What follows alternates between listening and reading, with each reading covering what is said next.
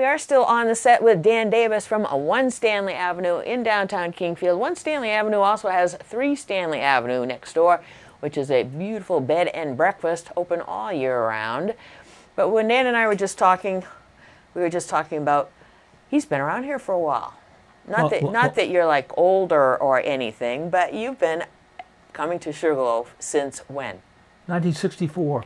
64. 64. Not a whole lot of our viewers would be able to claim having been here earlier than that, Dan. My first job was to clean the bushings on the gondola cars that were hanging in the parking lot in crates. Wow. Yeah. Amos said, here, here's a piece of emery paper. Go clean the bushings. Oh, that would have been a good job to keep you busy for a while. In December? In December. Jeez, it was cold.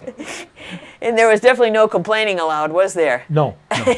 No complaining with Amos. Yeah, what like $2 an hour or something, or maybe not even Probably that. not even that. No, I think probably be $175 or $150. My weekly take home was like $48 for a 6-day week. Now, how, if you don't mind me asking, how old were you then? Still a teenager? No. No. Past that? Yeah. Oh, well, okay, now I'm really giving away your age. I'm 74, I'll be 75 in May. Wow, you don't look it. Yeah. See what... It's all that clean living. I was just going to say, see what that does. Now, what else? You were on one of the early ski patrollers, correct? I was. Yeah, I started working with Stubb in the early days. What was that like? Work, work, work, work, work. Right. Yep. And the lift shacks were cold. You know, had these pot burning stoves. They would... You get it heated up by noon, maybe you could scrape the window to see stuff going by. Oh. So the guy in the lift shack couldn't actually see the lift? No. Think about that. And then we shoveled all the lift lines. Right. Shoveled them by hand. Oh my gosh. So you start off at the top of 3, going down that lift line, and what you do is you Wait, how'd you get up to the top of 3 to begin with, though? ski? You sidestepped up. No.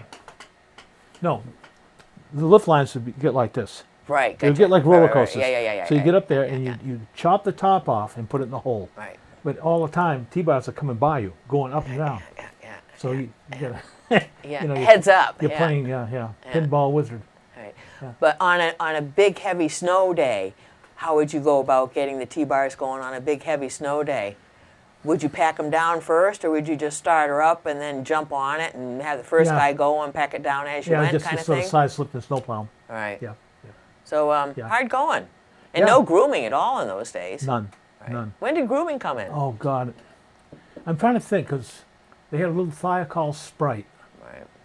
And John Christie and Hazen took that down over number 3 lift line.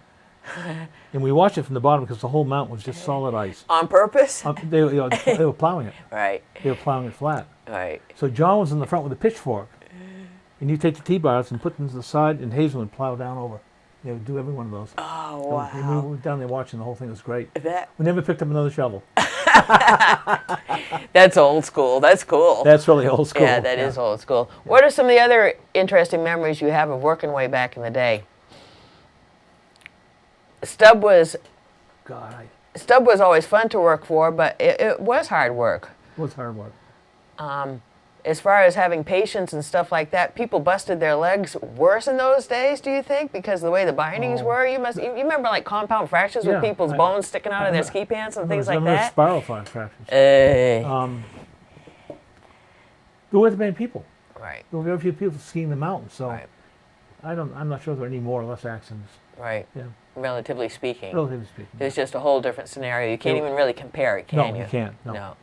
But fond memories. Very fond memories. The camaraderie must have been pretty tight between all you guys. It was good, yeah. Who else would have been on patrol back in those days that some folks might still remember? That you remember? God. You remember anybody? I should. Sorry, Dan. I'm saying most of them have gone back to Waterville. And, right. Later on, Peter Shaw and Paul Shaw came on. Right. Specs Eaton. Right. Billy Royal. Right. That was sort of toward the end of my thing. Right. Yeah. As in Birch Royal's dad. As in Birch Royal's dad. Yeah. Right. Yeah. I thought he was early on with you guys. He was early. Yeah. Cool. Well, we were also, you wanted to talk about your kitchen staff, talking about old days and people, how they work and all of that. I've had an interesting staff scenario over the last 44 years. I started hiring high school kids This is back at the very beginning, and they would come in as dishwashers at 15 years old. They'd work for a year as a dishwasher, and then they'd move into the kitchen and be a cook's helper. And I have on staff, I have 3 dishwashers and 3 cook's helpers, because they shift off. You know, they had so many days a week. All right. It was sort of a self-perpetrating. Okay, you get one kid in, he'd move up, his younger brother would come, or his younger sister, and that would just keep going and going. If I had them for 4 years, I was really, really lucky. And I got to know them very well. I got to know how they did in school. I got to know boyfriends, girlfriends, breakups, all that stuff.